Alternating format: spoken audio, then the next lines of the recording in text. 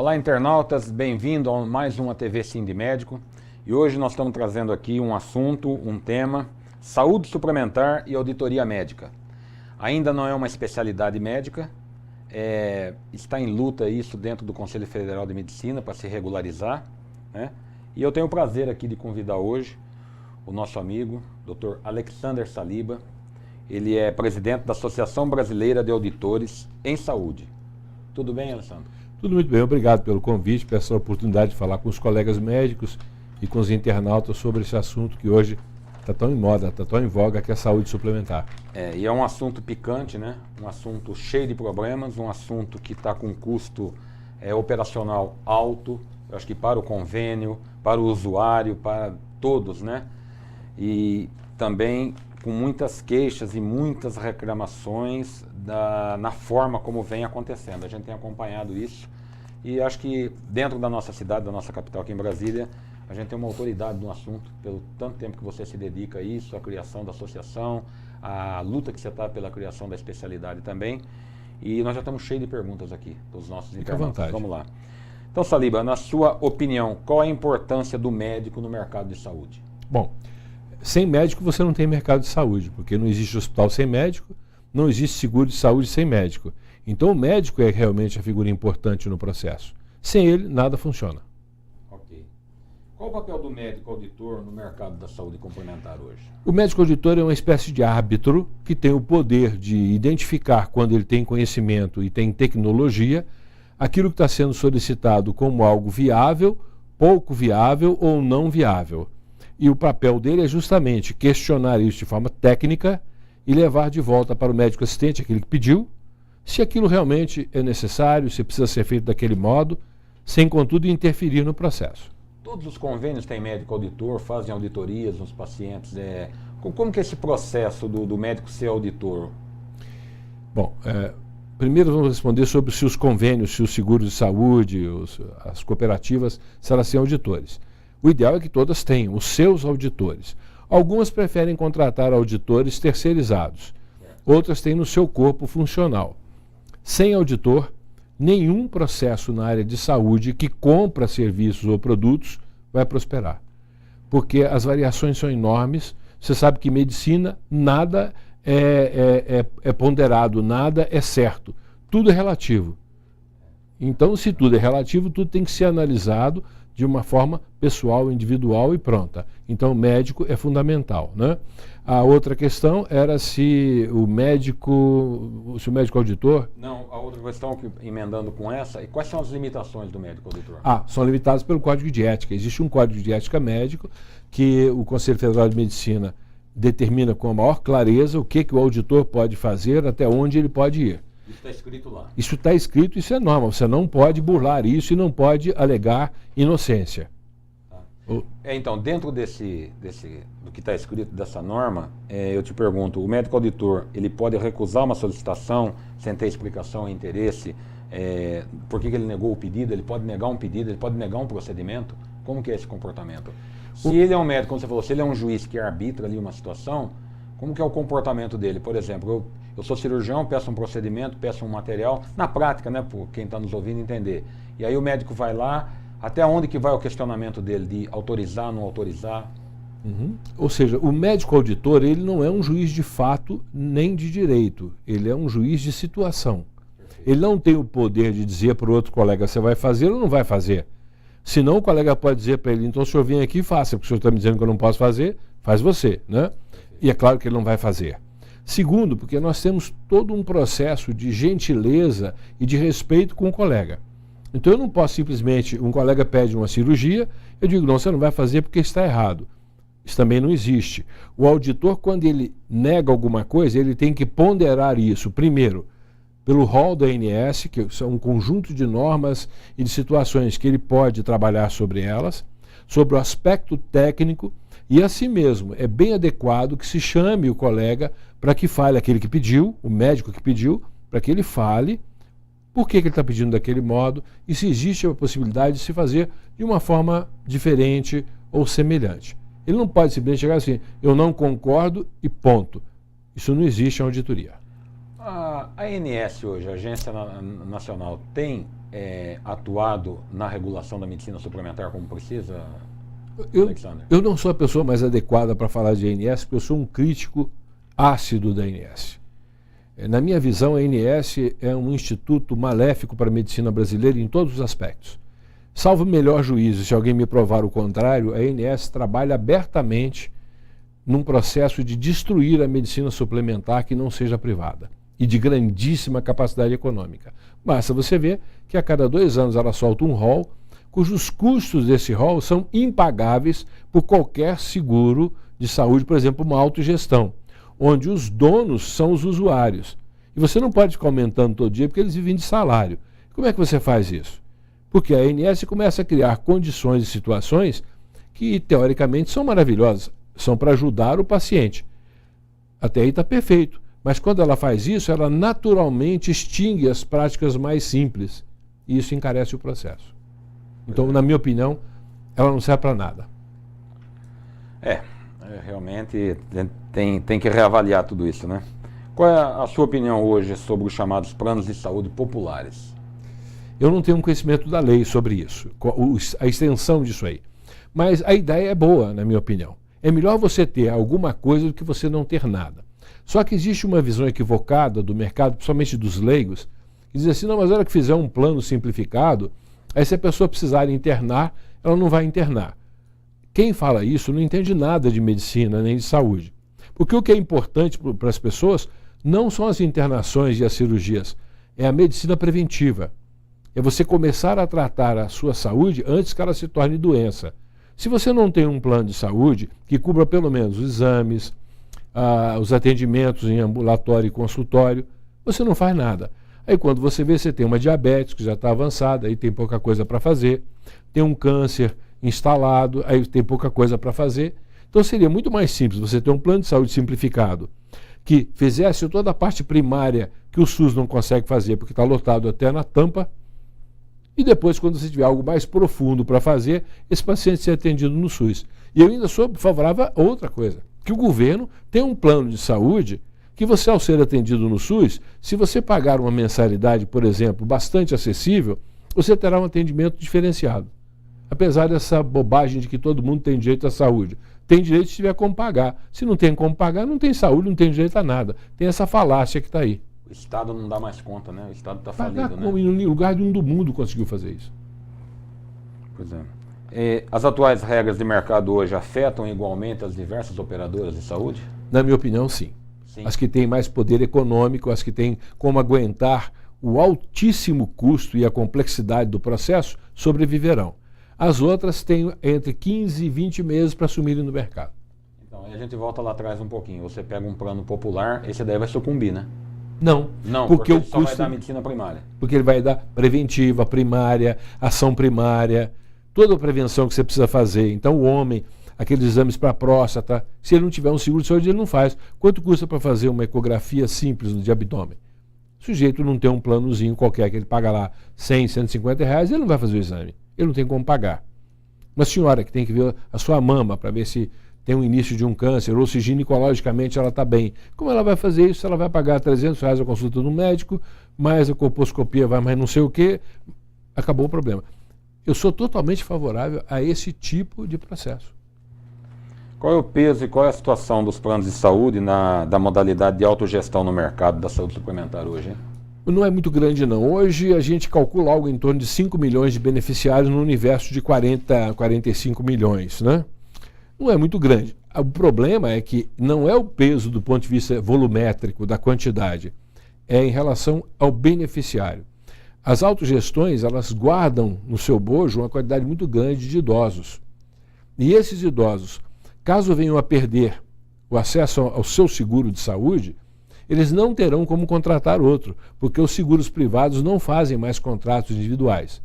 Eles só querem fazer uma lorota que tem aí chamada contrato coletivo, que é uma pegadinha para trouxa. Você entra nisso aí, o IDEC já registrou aumento, dependendo do como o paciente usou, de 74% ao ano. Quem aguenta 74% de aumento na prestação de um plano de saúde? Não tem quem aguenta hoje. Nem traficante de cocaína que ganha dinheiro feito água não consegue pagar isso. Não, e a gente vê também hoje, essa nova lei que estão querendo aprovar aí agora, não sei se você já está acompanhando isso, deve estar com certeza, vai existir a coparticipação, vai existir franquia, isso daí vai existir para quem já está no plano de saúde, vai ter um aditivo no contrato ou para os novos planos? Como é que está essa leitura dentro da auditoria hoje? Eu não sei te dizer absolutamente correta a ideia disso aí. Parece-me, salvo o melhor juízo, que os contratos novos você poderá optar por ter uma coparticipação. Se isso for, se essa ação se estender a quem já tem os seus planos, não vai ser muito simples não, porque você imagina, você vai ter uma franquia que pode chegar a 20, 25 mil reais. Então um tratamento até esse preço você vai pagar. Acima disso, o sistema paga. Eu estava lendo uma pequena matéria que saiu disso, lá falava assim, por exemplo, a minha mensalidade é R$1.000 do meu plano para a minha faixa etária. Então no ano eu gasto 12 mil. Então o que ultrapassar disso, eu posso gastar até mais 12 também. É uma modalidade que eles estão querendo ver, estudar. Estou estudando, né? Isso é uma franquia, seria a franquia disso. Isso. Do que eu gasto anual, eu pagaria isso. Ou então, se eu gasto muito mais do que isso, entraria a modalidade dentro do plano com coparticipação. Isso. Né? Mas só, voltando aqui na autogestão, que me veio aqui, além das perguntas na minha cabeça agora, é o seguinte, você pega grandes autogestões que tem aí, por exemplo, hoje, elas estão falidas. O que acontece? É má gestão lá dentro, é corrupção dentro da caixa previdenciária. Eu posso dar um exemplo aqui, acho que eu posso falar isso, porque eu paguei convênio para minha mãe a vida toda, e ela precisou. Os piores hospitais, as piores condições, hoje é a GEAP, por exemplo, um exemplo. Né? Médico nenhum quer atender pela GEAP, a dificuldade de autorização de exames, lá na minha cidade, em São Carlos, onde ela ficou convalescente e tudo mais, coparticipação, melhor do que não ter nada, melhor do que o SUS, nas condições que está, que não deveria. Porque a gente tem um conceito, e isso é uma verdade, quanto mais você melhorar a saúde pública, acho que melhor fica aqui fora. Porque você evita também esses pranecos que estão vindo aí, esses verdadeiros caça-níqueis. Você entende? Então, diverge um pouco do que você falou agora há pouco, Saliba. Veja bem, o plano para dar assistência primária seria importante. Seria importante porque não tem o SUS. Porque se tivesse o SUS, a função do SUS é fazer isso. Tanto também secundariamente, como alta complexidade. Porque, infelizmente, está nesse estado. Então, o que eu te pergunto para você? Essa situação hoje está preocupante, além dos aumentos que estão descabíveis para nós hoje, consumidor. Está subindo uma média de plano de saúde anual de 22% a 30%. Aonde nós vamos parar com isso? Como é que você... No que já está parando. Uma exclusão enorme de pessoas, por exemplo, a própria GEAP, né, perdendo uma média de 4 mil beneficiários mês, foi o que eu li esses dias.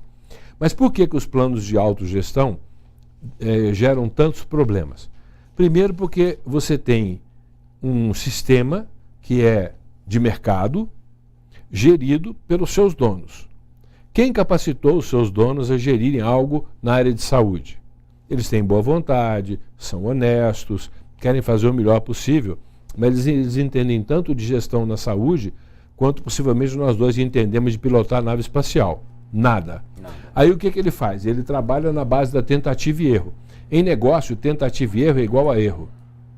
Não existe acerto em tentativa e erro em negócio.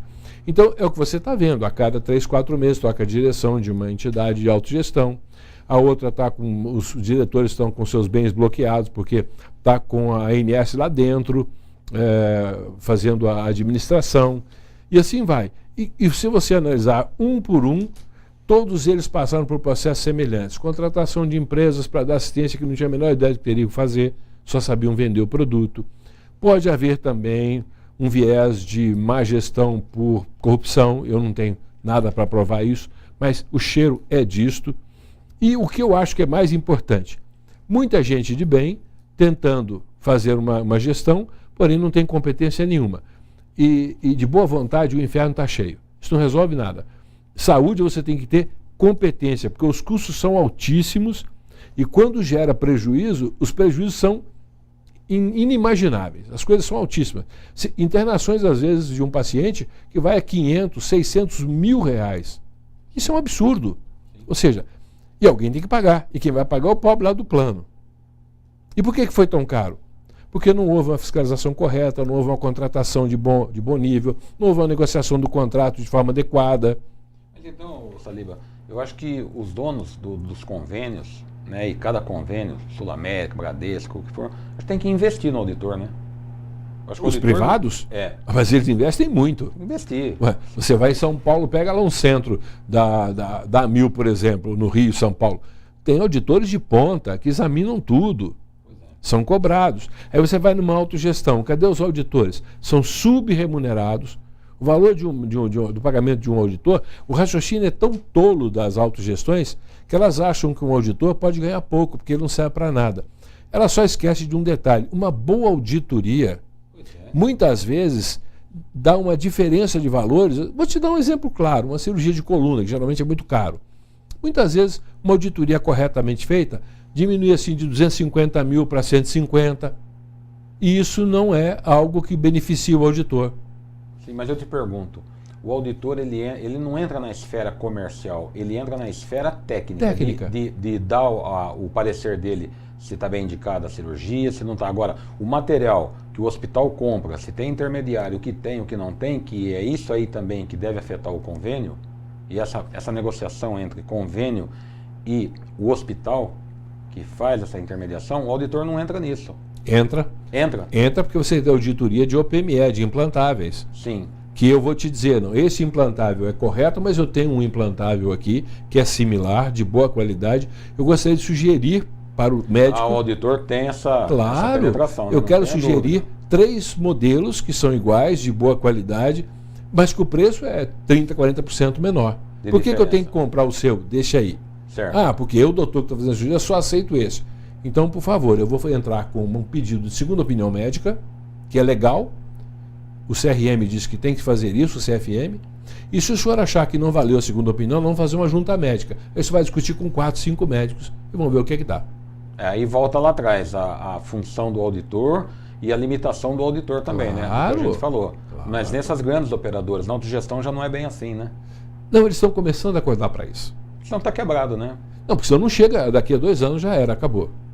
Então, a situação é exatamente essa. Daqui a 2 anos acaba se o modelo não for radicalmente transformado nos próximos 5, 6 meses. Esse modelo que está aí, ele já foi para o beleléu, não funciona mais. O Sindicato dos Médicos é um defensor do SUS, Claro. mas ele olha também a medicina suplementar. A gente já fez movimentações aqui na cidade e faz constantemente a tabela de honorários, o andamento da ANS e tudo mais. Eu te pergunto para você praticamente acabou de responder, não se sustenta mais o modelo, né? Na minha opinião, não.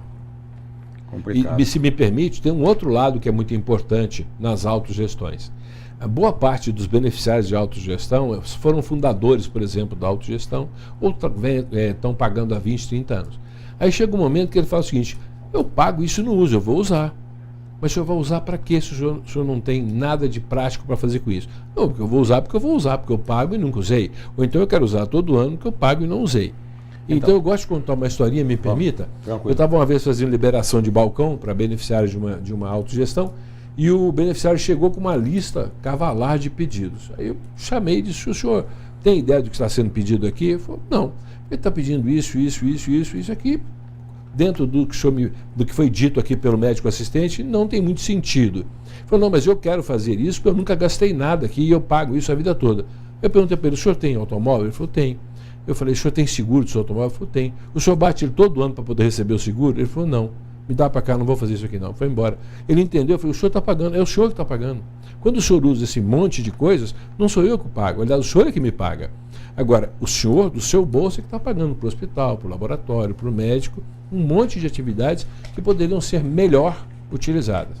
Então, também o maior problema, um grande problema das autogestões, são os usuários, que usam muitas vezes sem haver uma necessidade. Saliba, você deu um exemplo que eu vou te rebater com uma pergunta com outro exemplo aqui. Quem é que regula a alta tecnologia dentro dos procedimentos? Os de alto custo? De alto custo. Nós temos auditores para isso. Por exemplo, vamos falar de oncologia. Ok. Medicamentos de alto custo em oncologia e doenças crônicas. Ok. Os processos reumáticos, por exemplo. Né? Isso é um custo elevadíssimo. Perfeito. Porque é uma vida tomando o mesmo remédio caro. Né? Caro. Hepatite C. Caro. Nós temos hoje auditores, na UDIF, por exemplo, nós temos um corpo de auditores que são dentre os melhores do mundo, como o Stephen Stefani, como o Hélio Tanaka, como o Romeu, como o Marcos, que é o nosso vice-presidente, todos eles fazem parte da diretoria da UDIF. Esses homens, eles opinam para os laboratórios. E eles, o Stephen, eu coloquei nos meus sites atualmente, eu estou colocando no outro, um artigo do Stephen onde ele bate fortemente no alto custo. Esse alto custo não pode continuar, ninguém consegue pagar isso.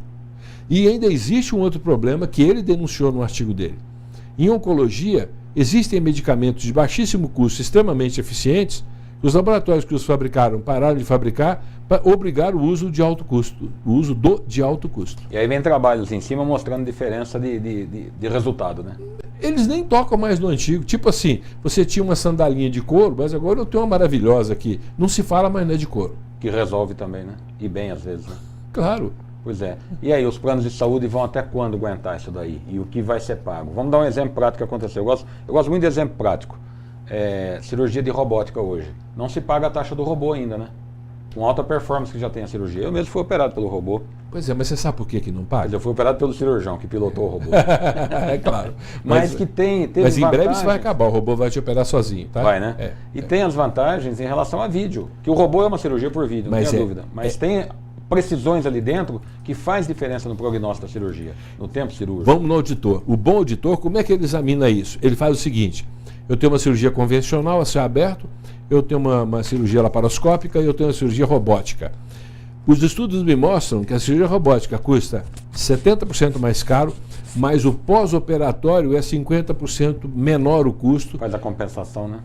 Quantas vezes eu consigo reinternar um paciente que foi feita uma cirurgia de alto custo? Nenhuma. Quantas vezes eu posso reinternar um paciente que eu abri a barriga dele a céu aberto? 10 vezes, porque dá infecção, os pontos abrem, aquela paroroca toda. O dever do auditor não é falar, acho que está certo, acho que está errado. Não. Eu prefiro liberar este aqui, que tem um custo maior, que o final do processo vai ter um custo menor, do que simplesmente dizer, esse aqui não pode porque está num rol ou porque é muito caro. Isso não é auditoria, isso é palpitologia. Palpitologia, é igual uma viagem, né? Você tem que analisar a viagem, o início, o meio e o fim dela num todo, né? Eu acho que está certo. E para encerrar, está chegando um monte de pergunta aqui para nós agora. Não para, né? Acho que parece que deu ibope o programa aí. Qual é o futuro da medicina suplementar no Brasil? Se não houver mudanças... Da saúde suplementar? A privada, ela tende a se tornar um núcleo muito forte, rígido, com um controle enorme do mercado, inclusive sobre os médicos não estão alertas a isso, porque se você só compra coisa em um supermercado e todos os mercadinhos quebrarem, a partir daí o supermercado diz para você o que você vai comprar e a que preço, concorda? Porque só ele tem. Então os médicos não estão alertas para um detalhe. Enquanto eles estiverem se submetendo de forma assim, absolutamente tranquila, a tudo que todos falam, vai chegar um momento que eles vão ter que submeter ao que for dito a eles, não mais ao livre-arbítrio do médico. Porque se as autogestões quebrarem, quem vai pagar todo esse custo dos quase 5 milhões de beneficiários? O SUS.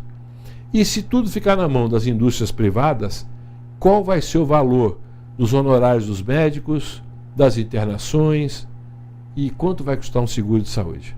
Como não é uma especialidade médica ainda, mas o colega que queira fazer hoje, entrar para a área da auditoria, gosta disso e tem um viés, a tua veia para a gestão, como que ele se forma como auditor? Quais os caminhos, o que ele deve fazer? Existem vários cursos de auditoria, tanto à distância como presenciais. Primeiro, ele tem que ser médico, estar registrado no CRM. Perfeito. Não existe auditor que não seja médico. Né?